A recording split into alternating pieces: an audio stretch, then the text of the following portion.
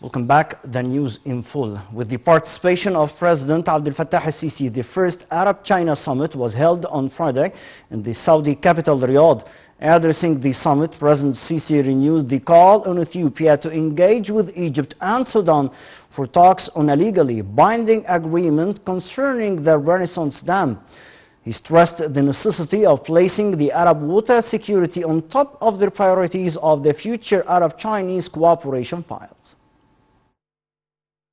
President Abdel Fattah al-Sisi on Friday addressed the Arab-China Summit for Cooperation and Development, the first of its kind to be hosted by Saudi Arabia in the capital, Riyadh.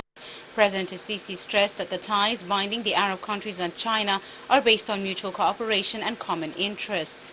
The president pointed out that one of the most dangerous challenges facing the world nowadays is the food crisis, which requires more cooperation to face. He noted that the global crises pose a burden on the state's budgets and economies. The head of state reiterated that the horizons of Arab-Chinese cooperation are not limited to the economic front, but rather extend to political and cultural domains. He highlighted that the summit marks a new juncture on Arab-Chinese cooperation, adding that China's balanced policies regarding regional issues are much appreciated and respected by the Arab world. President al-Sisi's participation in the summit comes within the framework of Egypt's keenness to strengthen and develop distinguished historic ties between Arab nations and China. The summit aims to build on the extended political dialogue between the sides, as well as enhance bilateral consultations and coordination, and to maximize prospects for mutual cooperation at the economic and development levels. President Abdel Fattah al-Sisi on Friday met with Saudi Crown Prince Mohammed bin Salman Abdel Aziz Al Saud.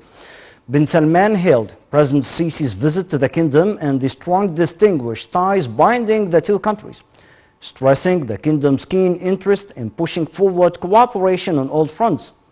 He praised in particular Egypt's efforts for bringing the first Arab-China into a success. President Sisi, meanwhile, thanked the Saudi Crown Prince over the warm reception and asserted the importance of the meeting, which comes at a critical time of accelerating regional and international developments and challenges. He affirmed the necessity of intensifying consultations with the Saudi side on different issues of mutual concern, as well as economic cooperation, with the two leaders agreeing on the launch of joint projects in the light of the promising investment opportunities in both countries.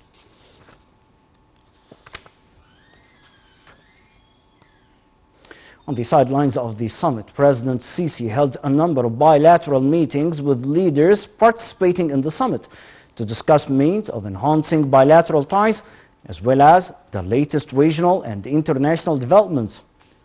The head of state met on Friday with the Tunisian President Kais Saied in Riyadh, where he praised during the distinguished Egyptian-Tunisian ties, expressing hopes of success to the Tunisian authority under the leadership of the Tunisian president.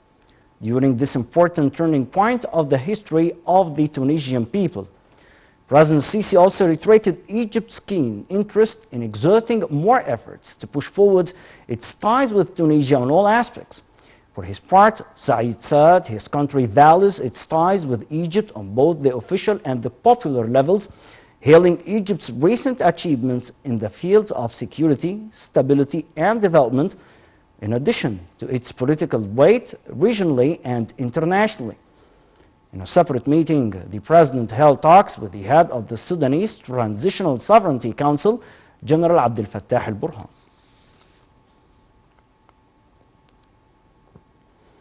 Also on the sidelines of the summit, Foreign Minister Sameh Shoukry met his Mauritanian counterpart, Mohammed Salim Wuld Marzouk.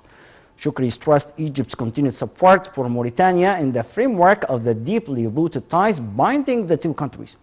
He affirmed Egypt's keen interest in pushing forward bilateral cooperation in order to enhance the common interest of both sides. The Mauritanian minister, meanwhile, greeted Egypt's top diplomat over the success of the recent 27th United Nations Climate Change Conference.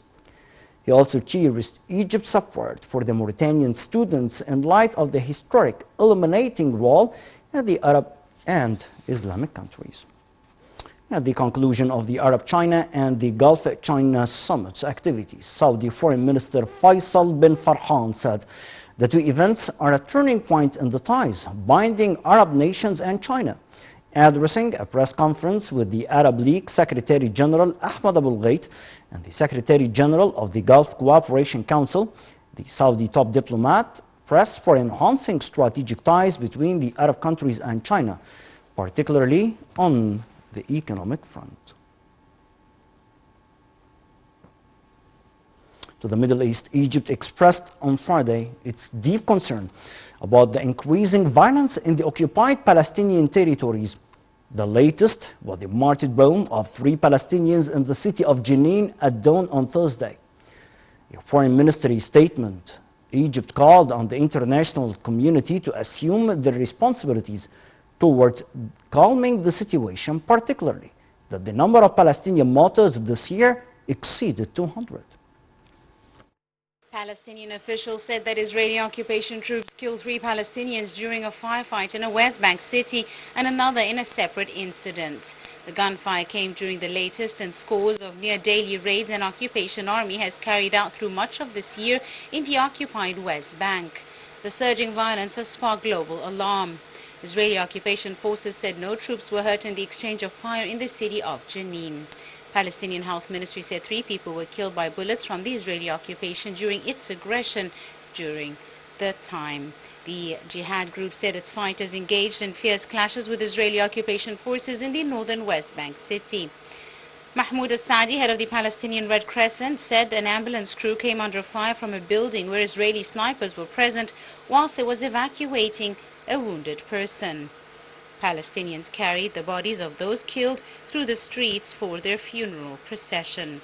The Israeli occupation army said it had carried out multiple operations across the West Bank overnight to arrest wanted suspects in cities including Bethlehem and Ramallah.